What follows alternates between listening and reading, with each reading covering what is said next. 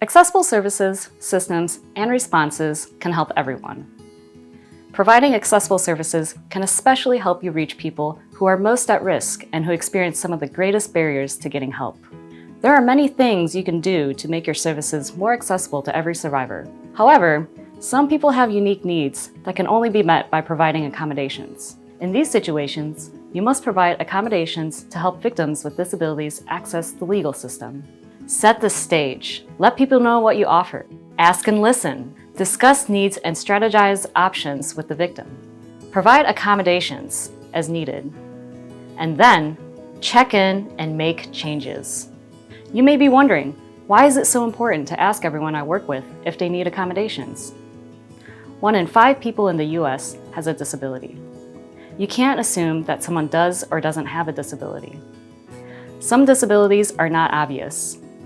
Some people with disabilities don't need accommodations. But those who do may not be able to participate in the legal system without them. Many attorneys are open to asking everyone about accommodations, but don't know how and are worried about saying the wrong thing. So we've created this video to demonstrate how to ask people if they need accommodations. Asking someone about accommodations can become a natural part of your conversations with survivors.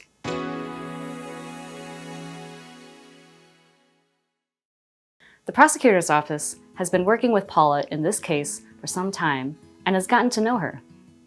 They have developed a good rapport and have been talking with Paula about her needs as they work together. As you'll notice, Pierre will continue to ask about Paula's needs during this meeting. We're meeting today to talk about the trial and what you might want to say during the trial.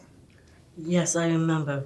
Last time we met, you said that you were feeling a little bit nervous about the trial, and I asked what might help you feel a little better, and you said that seeing a picture of the courtroom would help. So today, I brought a picture of the courtroom.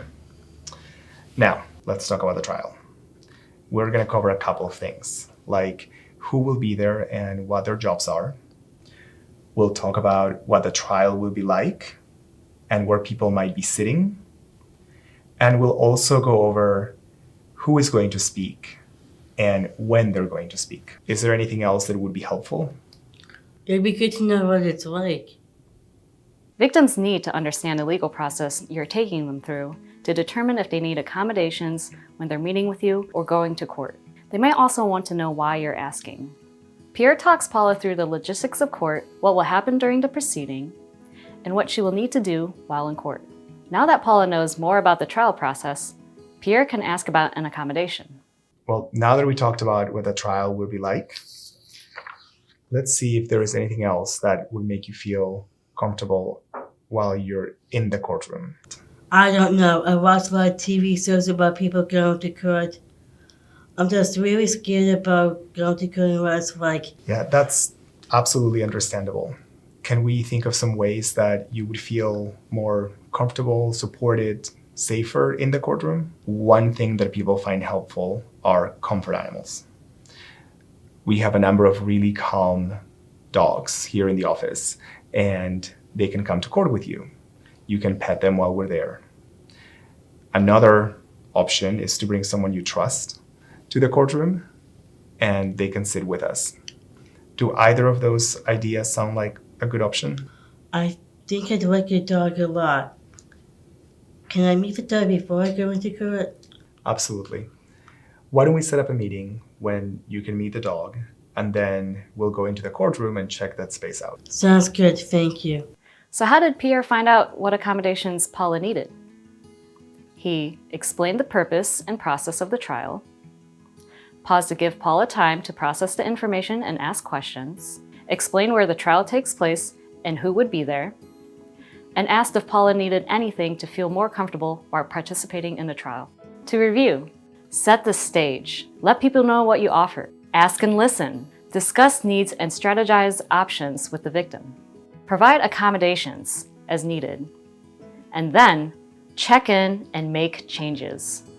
Asking about accommodations is less about saying the right thing. It is more about having a conversation with the person and understanding their unique needs. These videos are part of a toolkit that includes more information on asking about and providing accommodations. This video was created by the National Resource Center for Reaching Victims. The National Resource Center is a one-stop shop for victim service providers, culturally specific organizations, criminal justice professionals, and policymakers. We provide information and expert guidance to enhance your capacity to identify, reach, and serve all victims, especially those from communities that have less access to healing services and avenues to justice. If you are interested in receiving training or technical assistance from the NRC, please visit our website at reachingvictims.org.